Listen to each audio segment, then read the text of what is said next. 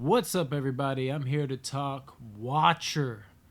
Yes, this is a movie I was much anticipated for. This and Crimes of the Future, which I will also be doing a review for that I've seen later now that I've had a little bit of time here. But, God, was I hyped for both of these movies, but did they deliver?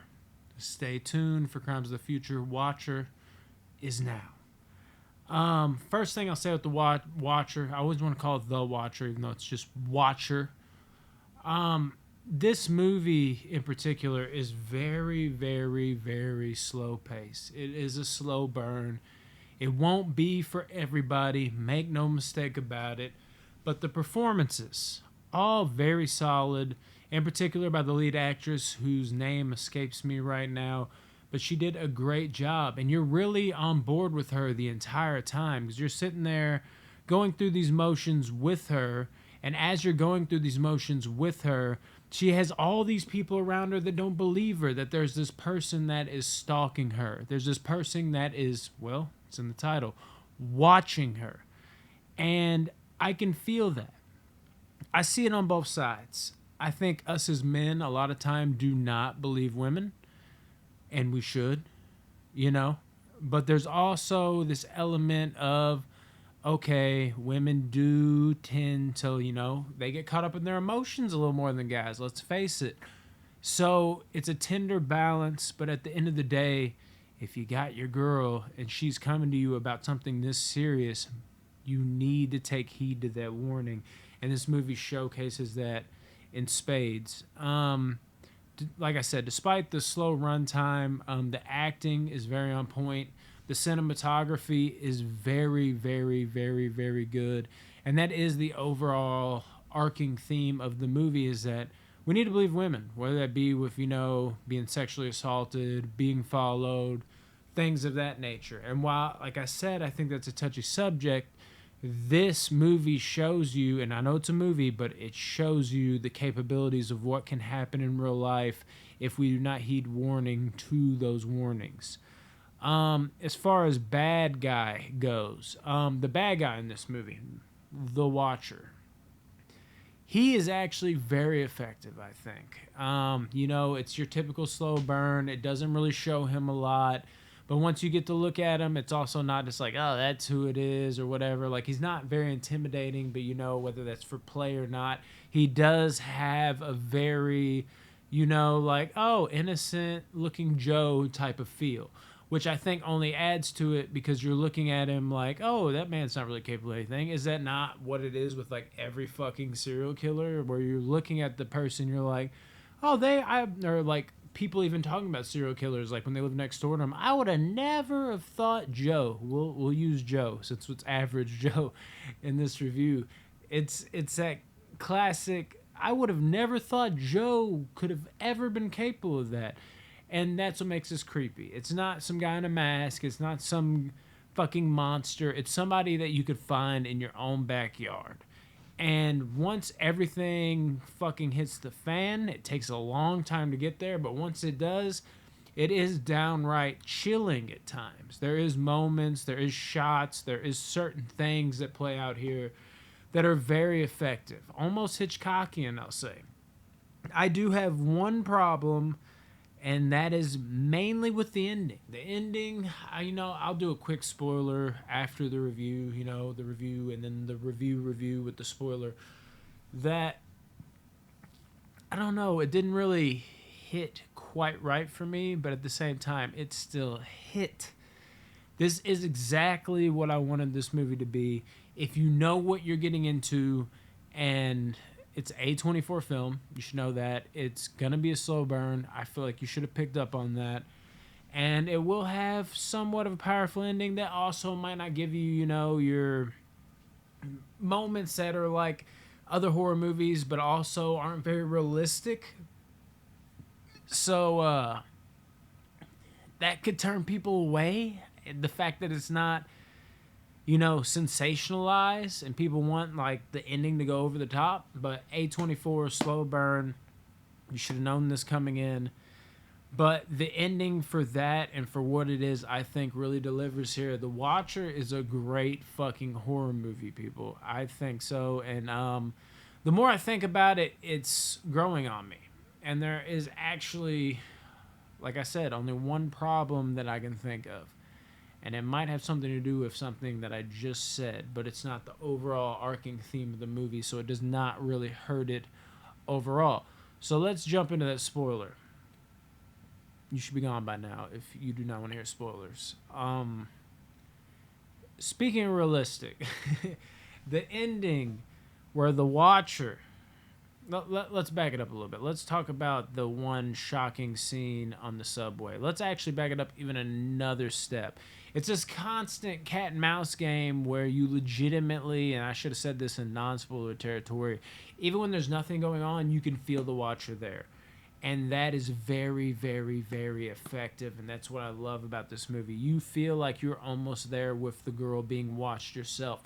When you can capture that and encapsulate that in the runtime of a movie, even when the villain is not on screen, is very powerful. Let's talk about when she's just like, "You're not fucking looking at me, are you?" And she just puts her hand, like, she don't want to wave at him, but it's almost like, I've got to do something to see if he's looking at me. And she does that on the glass, and she's like, okay, I'm tripping. Looks away, looks up, his hand's there. Fucking very chilling. There's some good moments like that here. And then, of course, the husband and the cops are fucking, and I called this. They were going to be like, okay, we'll go up, and the cop is initially like, hey, do you want to go up with us? To go talk to him, really sort this out. And she's like, no. And the husband's like, well, let me at least fucking see him. And earlier in the movie, the husband got a pretty good look at the guy when the lead actress said that the Watcher was following her in the supermarket and saw it on the camera. And when they were all like, I mean, he might just be in the supermarket. This is when they first, the early realms of them doubting her. That she had someone stalking her. Like, are you sure he's just not going to the movies and then going to the supermarket? Because she had seen him in the movie theater earlier. And the guy's like, let me go over there. And then he goes over there. Guy seems cool. And he comes back. And this is where the husband's starting to slowly but surely be like, maybe you're fucking crazy to the wife. And that causes a rift, if you will. But I knew it. I called it.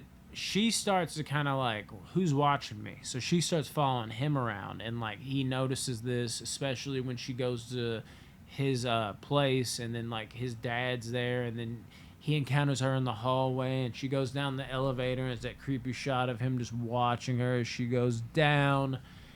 And the Watcher is essentially just like, hey, like, this bitch is following me. And I knew that was going to happen. Because the cops come to her door, and it's like, this is so-and-so, and this is where you get, like, a real clear shot of him, and he's just kind of looking away, all awkward, playing that awkward role, for the camera.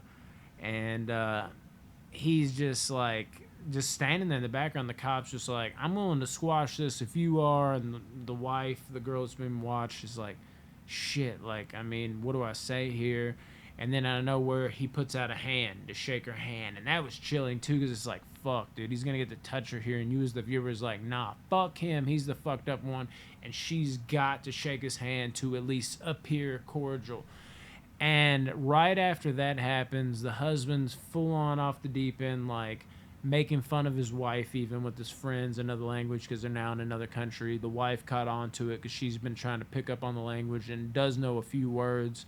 And she storms away and gets on the subway, and the Watcher happens to be on the subway with her. She looks over, and he's sitting there, and she's like, God damn. And meanwhile, all this is going on, her friend, she heard a noise from the other room, because the fucking rooms, I guess, are like they're not soundproof at all. They're the opposite of that. Very thin walls.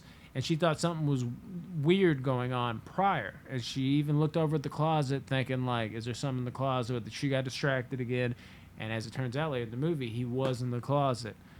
And before that all happens, though, they have this subway scene, and he sits down, he talks to her, says a bunch of shit that isn't, like, flat out, like, okay, you are a serial killer, but it's very, like, talking around what actually is going on. Like, he's just saying little hints and different things that'll make you go, that's kind of weird.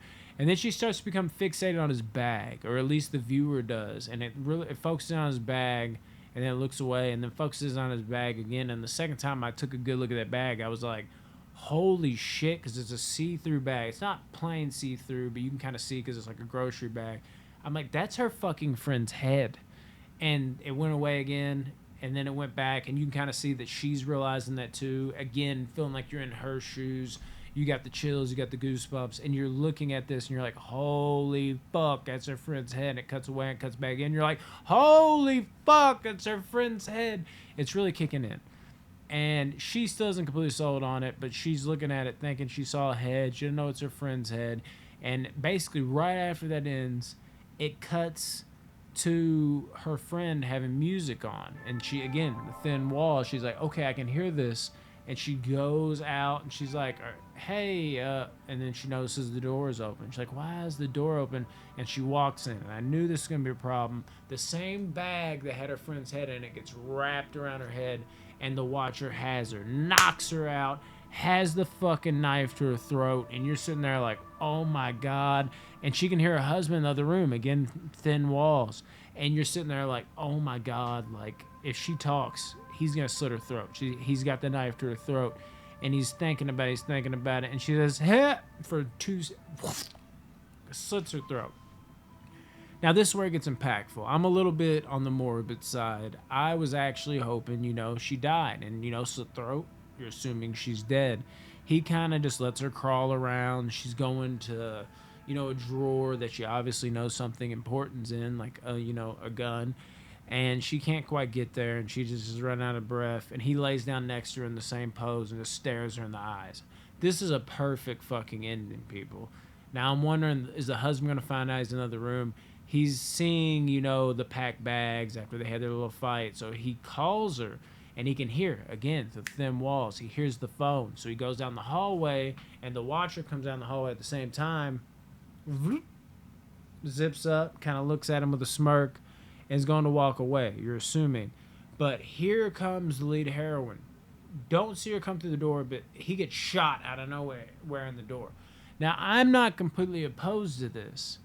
If she's, still on her, like, last legs, or she, like, collapses afterwards. But she shoots the Watcher, and she's standing there, her hand around her throat, I believe, if she even has her hand around her throat anymore. And she looks at the husband almost like, do you believe me now?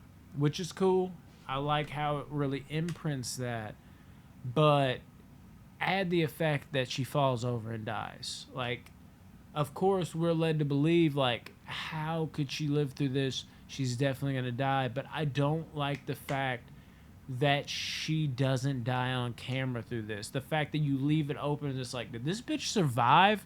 It is not good to me. I do not like that aspect of it, which is very frustrating and a very realistic, true-to-the-wool type horror thriller film. But yet and still, this is a chilling movie. It's a very well done, slow burn of a flick, and it is, it hits all the right dots for me. It checks off all the right dots. This is a great fucking movie. I love Watcher. I give it an 8.3 out of 10. You need to check this out immediately if this is up your alley. But know who you are, because this will probably bore other people. I loved it. Check out Watcher. Peace.